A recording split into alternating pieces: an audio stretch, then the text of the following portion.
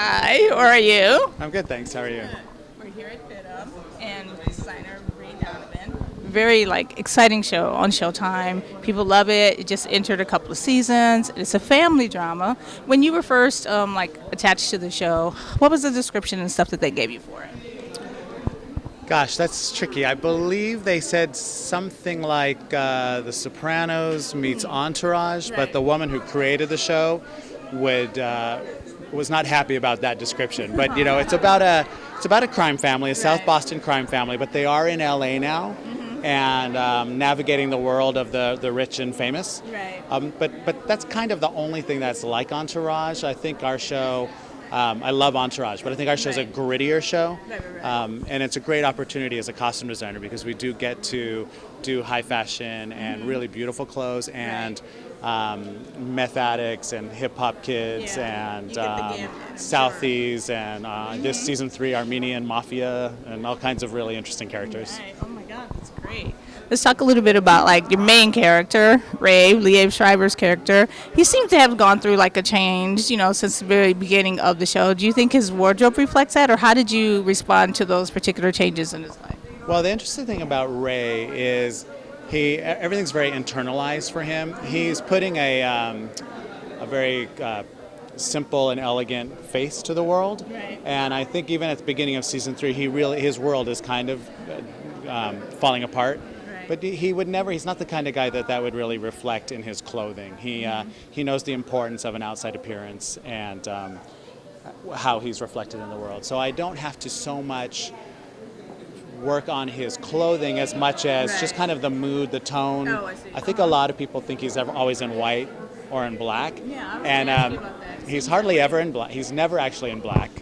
A white shirt, a gray shirt, a blue shirt, I can only inform a little bit with his mood sort of with the colors of his shirts. But it's a pretty straightforward palette for him. Oh, that's great. And so tell me, do you dress the particular characters by the episode or just do by characters in general? I imagine if there's a certain event, you might have to do it that way. But how do you work in a sense when you get us? No, you're exactly right. I mean, I know the Donovans really well, and now after 3 seasons.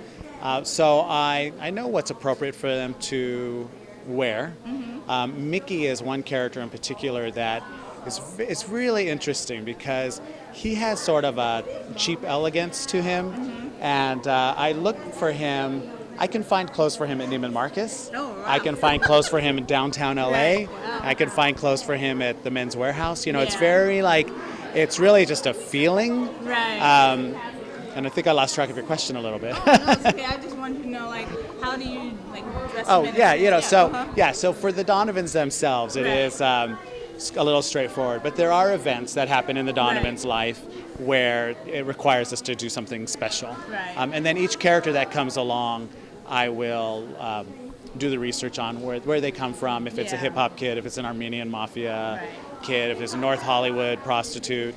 I'll sort of get into those worlds and see, you think you know what people wear, and then it's really great to then go to those environments. For the North Hollywood part of season 3, I just went to a laundromat, which I thought was a good place to see the real people of North Hollywood. I never would think of that, but I just kind of drive around in my car and see and then get a real vibe of the culture. Yeah, that's kind of cool.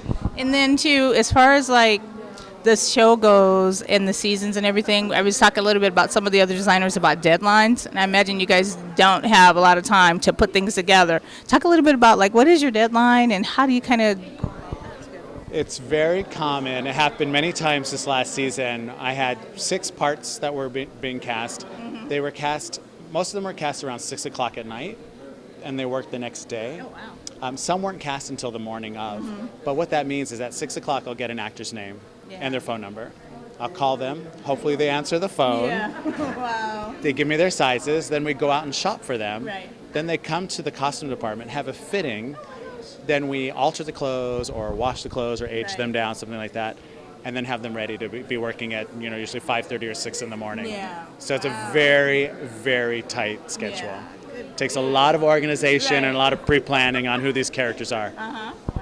And then I know a lot of times, part of your job is to look at other designers, look at other things for inspiration. You talked about driving around neighborhoods. What's the easiest way, in a sense, for you to get inspired? Say when you're in a rut, in a sense. When I'm in what? When you're in a rut.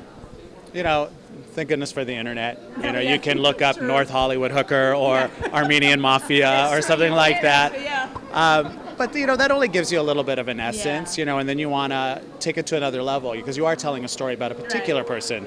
I'm sure as much as there are 75,000 different ways costume designers dress, it's the same with North Hollywood hookers. So then you find your way.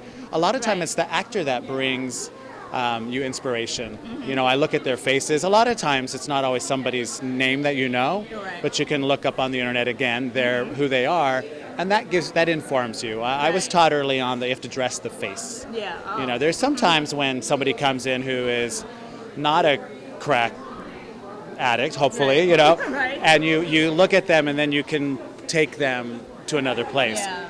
But a lot of time in these people that are being cast the night before, it's in essence they've kind of cast the person that they think the role is, and then you take your cues from there.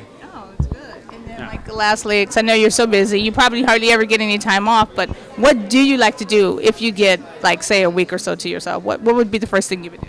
Well, on a television show, you don't get any time to yourself until the season's over. And then I usually try to sleep a lot and read books and go to the theater. Yeah. I really love going to live theater. And just trying to catch up on the life you've missed for the last 7 months. Yeah. Oh, my gosh. Well, congratulations on the success of the show. Thank you so much. Everything's going. It's nice to talk to you. Yeah, thank you. Nice to talk to you, Thank you. too. Thank you. Bye-bye.